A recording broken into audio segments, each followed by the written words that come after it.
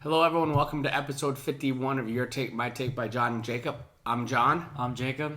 And today we wanted to talk about the winners and losers of the NBA trade deadline. There were a lot of movements in the NBA, but we wanted to talk about some of the winners and some of the losers that happened because of that. Like we always do, though, we're going to start with a coin flip, and I'll let Jacob call it in the air. Jacob. Heads. Oh, it's heads.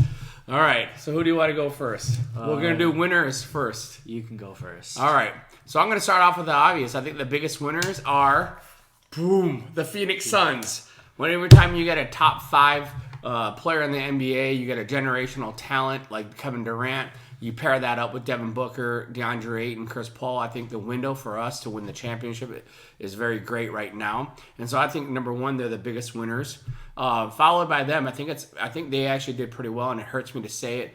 I really do not want to say this, but I think the Lakers did pretty well for the trades. The fact that they got their lineup to be more athletic, better shooting, and not losing that much, and unloading. Sometimes you get addition by subtraction when you lose someone like Westbrook, who was not fitting in that system, who's, I think, a locker room issue. As we've seen, he continually gets in arguments with his own teammates and his coaches. But they got D'Angelo Russell, they got Mo Bamba, they get Malik Monk, they got Jared Vanderbilt. All those guys are an upgrade in a lot of the positions they need. So I think they're going to be better. So I think, and the fact that they didn't give up that much and they were able to unload Westbrook, I think that's one of the big reasons why they have them winning number two. So who do you have, Jacob? Yeah, well, my first two ones were the Suns and LA. I think that the Suns adding Kevin Durant even better. TJ Warren. I forgot TJ Warren. Used to play for the Suns, was actually really good for us. He's back, and I think he's gonna do really well. Coming off the bench or even starting, we'll see. The Lakers, same reasons. They got rid of a bunch of bad players in Russell Westbrook and Patrick Beverley and got better shooters and all around better probably players for that system. But then I also put the top two East teams, which are the Celtics and the Bucks. We saw two superstars in the East go to the West, so I think that really opened up the Celtics and Bucks, and now those two are pretty much a lock for the Eastern Conference right now. And I think that since all these moves happen, I think that this just really helps them in the long run. So Jay Crowder going to... just a little bit of an upgrade for him. Yeah. All right. Well, who do you have as your top two losers of the draft? Same thing, basically, for the top two West teams now, the Memphis and Nuggets. You can basically say the top 10 teams in the West all have a legitimate reason they could go to the finals.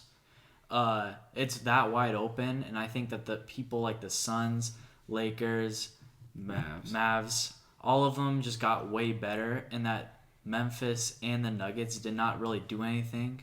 So I think that teams are catching up to them, and I think that since they didn't do anything, they didn't get better.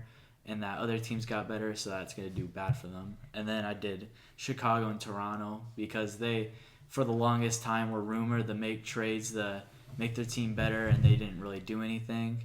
So, yeah. All right. Well, I forgot to mention the Mavs. I think they were in my top, 2 or 3 for making their team substantially better. I mean, like I said, when you get a top 5, top 10 player already added to another top 5 or top 10 player, you're gonna get that trade's gonna help you, and they actually didn't lose that much. So the Mavs also got substantially better. But my two losers are one, I think, the Brooklyn Nets. I mean, they tried to get the super team with Kevin Durant, James Harden, and Kyrie Irving. That just blew up in their face and completely ruined the franchise. Those guys only played 16 games together, and you can see that they tried to do something and it didn't work, and now they got to start over again. So the Brooklyn Nets, it looks like they got a bunch of 3-and-D players, and so they have a lot of draft picks. So hopefully they can do something with it. But they seriously made their team substantially weaker and worse. And it's going to take I think it's going to take a while for them to rebuild unless they just trade all their draft picks and get a couple superstars, which I don't think they'll ever do again. So the Brooklyn Nets, I believe, are the biggest losers. I think the number 2 biggest loser is second round draft picks. We saw people were just handing those out like they were nothing. And we saw like hundreds and hundreds of second-round draft picks just being given away. And so you can see the value in second-round draft picks, and it's not valuable. So, I think second-round draft picks, and sorry, there's a few good examples of people who made it from the second round, but in general, that's not. It's kind of useless and it's a throwaway. And you can see that the NBA teams didn't care too much. But again, I think the Phoenix Suns and their ability to get better is the biggest winner out of all of this. It also signifies that our new owner is willing to spend money to make us better. He's going to be way over the luxury tax, but he's going to do it because he wants to win. Michigan State boy, I know that he has a great competitive spirit, and I think he's already shown that, saying, hey, I'm going to do what it takes to win. And to get someone like Kevin Durant, if Kevin Durant and Devin Booker can stay healthy, I think we should be the favorites to come out of the West. And I think we should be the favorites to win it all. I think our lineup, when healthy, can match up against anyone or be better. What do you think? Yeah, I think that our team's really good right now, and we definitely got better.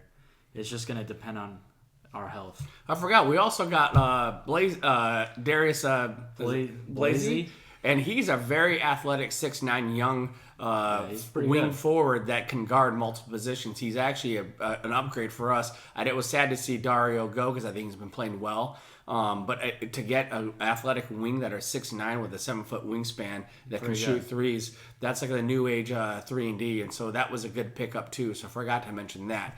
So as I said, the NBA trade deadline was crazy. Last night was awesome because we were all waiting for it, and when the news broke, we were all jumping up and down, and hopefully that excitement carries on all the way to the championship. So let us know what you guys think. Again, this is episode 51 of Your Take and My Take. My name is John. I'm Jacob. And we'll see you later.